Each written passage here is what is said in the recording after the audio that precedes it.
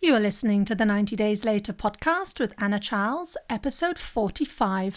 Welcome to the 90 Days Later podcast, where I show you how to stop over drinking in 90 days without missing out on life. If you're not an alcoholic, but fed up with saying yes to a drink when you mean to say no, you're in the right place. Hi all, and welcome back. So today I want to talk about the emotion of feeling calm. Now, a recent podcast I did was on the topic of drinking to relax, and it's super important topic because one of the reasons we want to relax is to achieve a sense of calm, right? So relaxation and calm really go hand in hand for many people, I think, and myself included. And in fact, one of the big reasons why I used to drink was to actually achieve the feeling of calm, right? I'd reach for the glass of white, and every time I did that, pretty much instantly, I'd feel that sense of peace and calm flood over me. At that point in time, it didn't matter what had happened at work during the day, however stressful it had been. It didn't matter if the children were in a full ratty mood as I got home. I just feel this sense of tranquility come over me. Only temporarily, of course, but still, that was what I was aiming for. I just wanted relief in that moment. And this desire for calm was actually another reason why I would sometimes drink before I would go out to an evening event, right? So that's not one where I was looking to calm down after the end of a busy day, but actually to get myself ready to go out.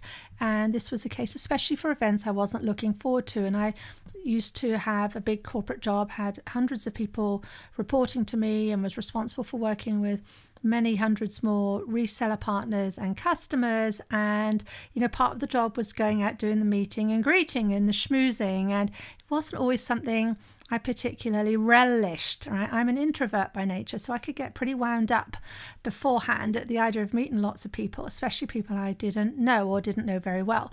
So at last would often just settle my nerves. And I do recall really having this contemplation as to whether it was a bad thing. I was very judgmental in those days. It was a bad thing that I needed to really sort of somehow get a sense of calm before going out into what I would often see as being the storm. But what I've come to realize is that desire for peace and to feel just more tranquil within myself is actually a very human need. So that's what I want to talk about today. I want to focus in on the calm. On calm being the thing. And in fact, I'm going to talk about the importance of calm to us as human beings, right? Just in our human experience of life, as well as in the transformation as you change your relationship with alcohol. Because feeling calm is the key to stopping over drinking with ease. Making this transformation, changing your view of alcohol, changing how you drink, is not always easy. You'll hear me say that a lot. But making it a struggle is entirely optional. And if you aim for calm, then you're aiming for ease. So what do I mean by calm? I'm not talking here about some unrealistic version of calm with rainbows and daisies all day, or even, the sense of us walking through a field of sunflowers like in that old Cadbury's Flake advert from the 1980s. We're kind of drifting through life in this haze of wonderment and everything goes your way and no cross words are spoken and all the rest of it. Calm, you see, has a spectrum from 0 to 100%. There are days when I feel anxious. I just wake up and I've just got a sense it's going to be a day of anxiety. But if I find that I can let in a smidgen of calm, even just 10% of my day, it actually changes my whole day. Whereas on other days, I'm going to feel 95% calm. And then those days, actually, they're fab. I feel limitless, untouchable. I'm kind of on top of the world. So that's what I want to offer first. We're all human. Some days the calm spectrum is going to be lower and other days it's going to be higher. And that's perfectly okay. But the important takeaway here is that it's entirely possible to allow in calm even on the days when most of your time is filled with other emotions, maybe emotions you don't readily welcome in, when you're feeling anxious or restless or frustrated. Yes, even on those days, the ones I'm talking about. And the reason that this is possible, and this really is the most brilliant news, is that calm is 100% an inside job. You can find calm in any situation, in any circumstance, without exception. But as we go through life, and especially if we go through life not really managing our mind or appreciating the power that is the brain that we have, we get so unused to doing things that we find hard.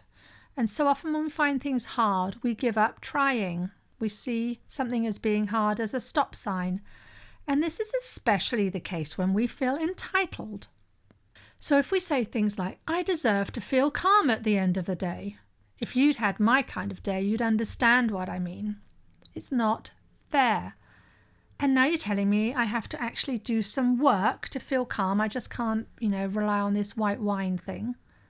We act out as if we're the victim of our circumstances, and we reach for the wine to create an artificial and immediate sense of calm.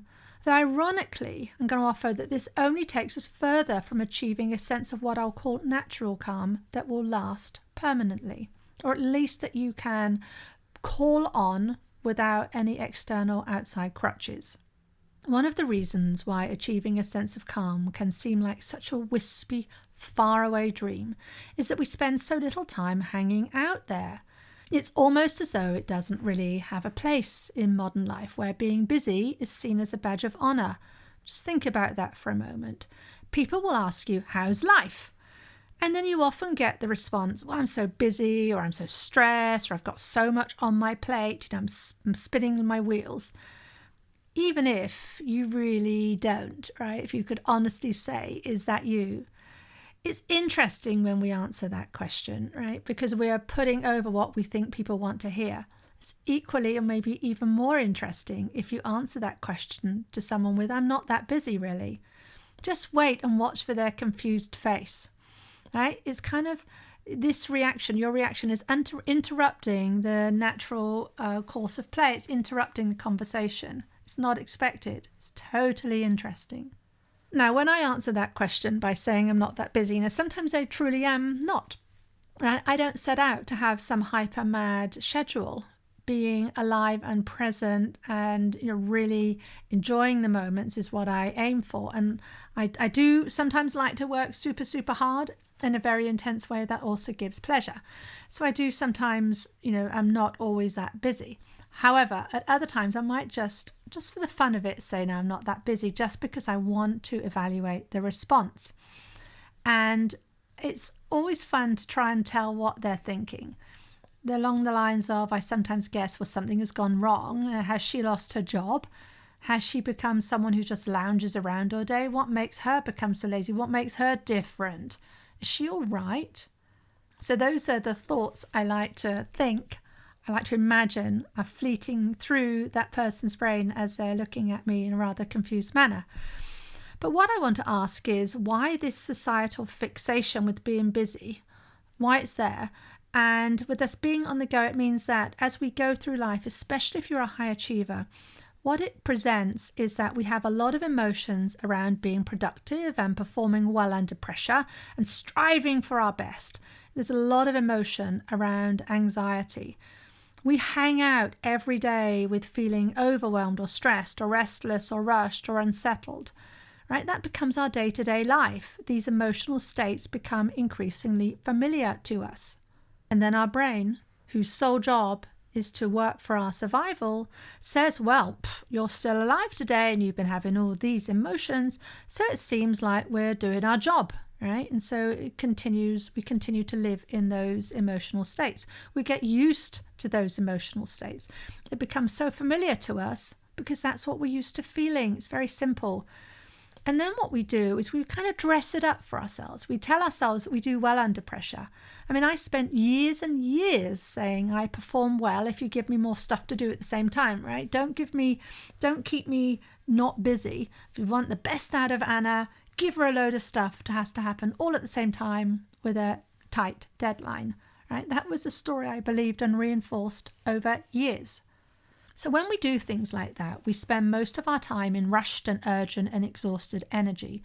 These are survival emotions, tense emotions that are only meant for us to be spending a limited amount of time in them, right? Because they are exhausting. And this is why burnout comes into play.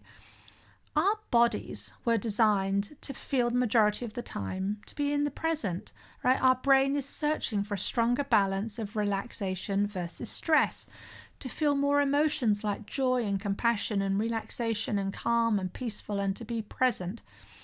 These can become more and more unfamiliar to us, though, the more busy we get. But these emotional states, these ones of joy and peace and calm and so on, are essential to our lives as humans. They are what allow us to repair ourselves, to repair our bodies, for our brain to prune unwanted and unneeded neural networks, like the ones that gear us up towards drinking. But when we spend most of our time in buzzy survival energy, no wonder we reach for the drink and food. Yes, the same applies here with overeating. No wonder we say things like, I can finally relax when I get the glass. I just want no one to talk to me. Just give me my wine. I just want to zone out and have some me time. When we're searching for temporary relief, we're going to go to the booze every time if we're used to doing that, right?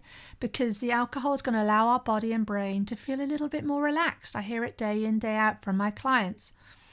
I also hear the phrase, the expression, but it tastes so good. But anytime you're actually saying that, I want to offer what you're really saying is, the temporary relief from survival emotions feels so good. Now stop and think about that for a moment. Actually, you might want to actually try that the next time you're drinking. And if you find yourself wanting to say, oh, this tastes so good, replace that with, oh, this temporary relief from survival emotions feels so good. And then ask yourself how that statement makes you feel. And you're probably going to think, yeah, it sounds a little bit silly when you put like that, right? But that's what we're thinking. That's what we're telling ourselves. But I digress.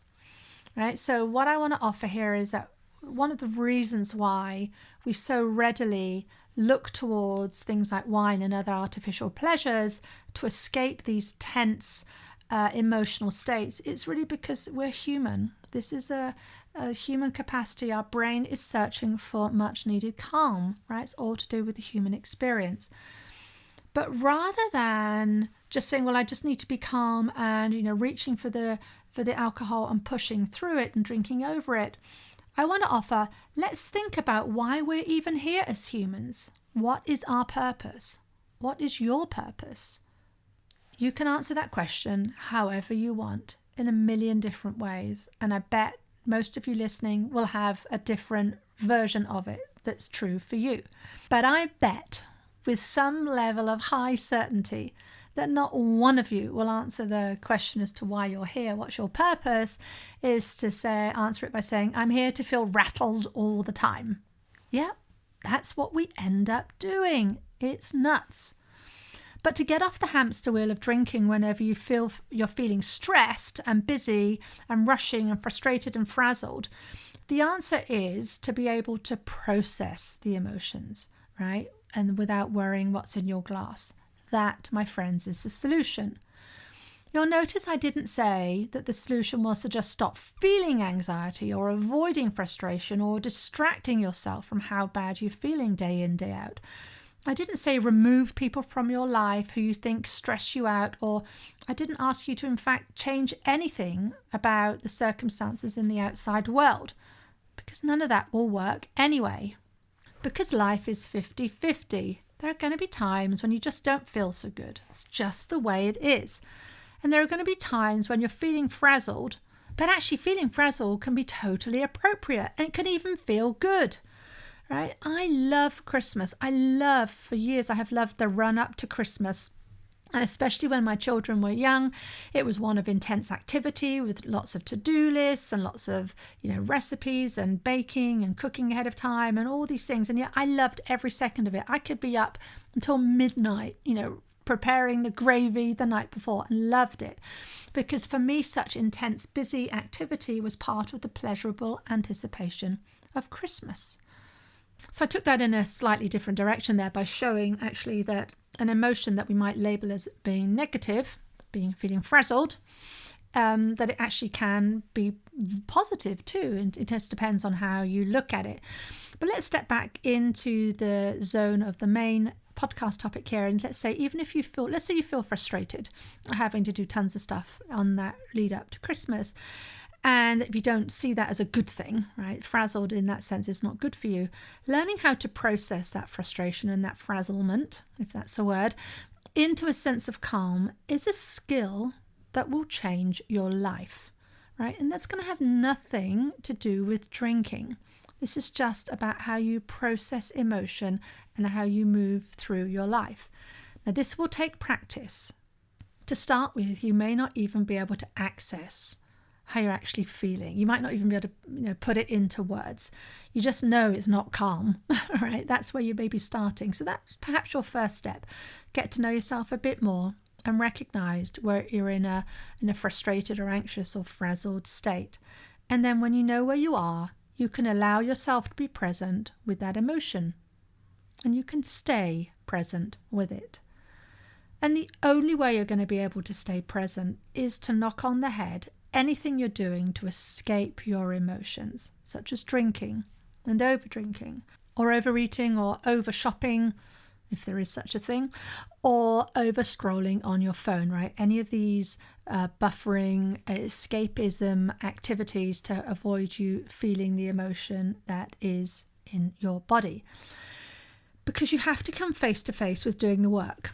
With doing the work to feel the emotion and reach a sense of calm for yourself. It's a skill you can learn, but you can't get better at something that you'd never do. And if you want to get good at your life, you're going to have to get good at the 50% that feels terrible. So now you might be saying, so how do I do this, Anna? Sounds good. Want to get started? Okay, well, you know me, I like to give you some homework on the regular. So what I've offered is that knowing how to allow calm into your body, even if you feel panic or frantic or rushed and overwhelmed, is really key. It's a key life skill, and it's a key skill in achieving a change in your relationship with ease. It's also accessible to you right now, right today, right now listening to this podcast, right? You don't need to be a meditation master to allow calm into your body, and you don't need to take yourself off to some fancy spa for me time. You don't need to do any of those things. You can create calm with your mind by the thoughts you choose to think. Breathe in and remind yourself of who you are. I am the creator of my own calm. Take deep breaths in and out as you think these thoughts. So that's one option. Here's another. This is the emotion of anxiety I'm feeling right now. I am the one creating it, and I am the solution to it. Wine will not solve this feeling. This is not a problem I need to solve right now. And the more you feel in control of your own calm and generating this for you, for generating it for yourself by processing the other emotions all the way through until they dissipate and you're left with that sense of peace and calm, the less desire you're going to have to overdrink, because it just won't be seen as something that's necessary in your life. It's just something that you don't do. So calm is key. Choose the calm. Calm is the thing. In summary, we weren't put on this earth to frazzle ourselves to such an extent that we rely on artificial pleasures like a daily glass of wine or two to bring us a sense of calm. We have the wherewithal and the ability to do that for ourselves by getting to know ourselves, to feel our emotions, to really understand what's going on when we reach for the glass, to know that we can change our experience for ourselves at any moment, that we have total control over that. So give this a go. Start today. It's something you're likely to have to practice, right? This is not a one and done thing. But the more time you spend in the space of calm, the easier you'll find to access that feeling on demand, because it's going to become more and more familiar. Right? And the more familiar something is, the quicker we get at accessing that, and your brain will learn that that's how you want to run the show. Okay, that's it for this week. So this podcast is coming out in October, and I hope by now that all of you have signed up for Sober October with Anna Charles, as we go through a very different version of Sober October without, counting days sober and without lots of deprivation and all the rest of it. If you haven't yet done so and you want to find out what's going on, you can sign up at 90dayslater.co/list, which will give you access to my email list, and then all the previous recordings and so on. I'll make you aware of those, and you can join in. And if you want to do that and you also want to have a friend come along, encourage them to sign up too. So do sign up for Sober October with Anna Charles. But in the meantime, if you are basically finished with your current relationship with alcohol, if you want to break up with it and you want to make the change and you want to make it fast, working with a coach is the way to do it, right? I can show you the way. I can show you your blind spots. I'll show you what you need to hear to grow, which won't always be what you want to hear. That's what a coach does over a friend. If you want to get started and you want to learn what this might mean for you, you can get started right away by booking a free call with me. Go to 90dayslater.co, and on the top you'll see a big blue button, book a call. Click on that, choose a time that works for you. If you don't find one that works in your time zone, just send me an email at anna@90dayslater.co and I'll make this work. Okay, that's it, and I'll see you next week.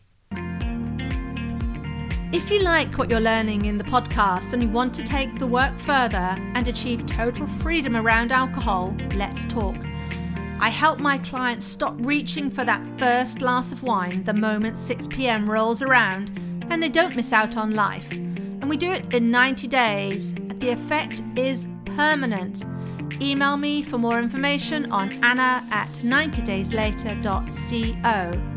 And if you did enjoy the show, I'd really appreciate if you'd leave a rating and review to help others find the 90 Days Later podcast.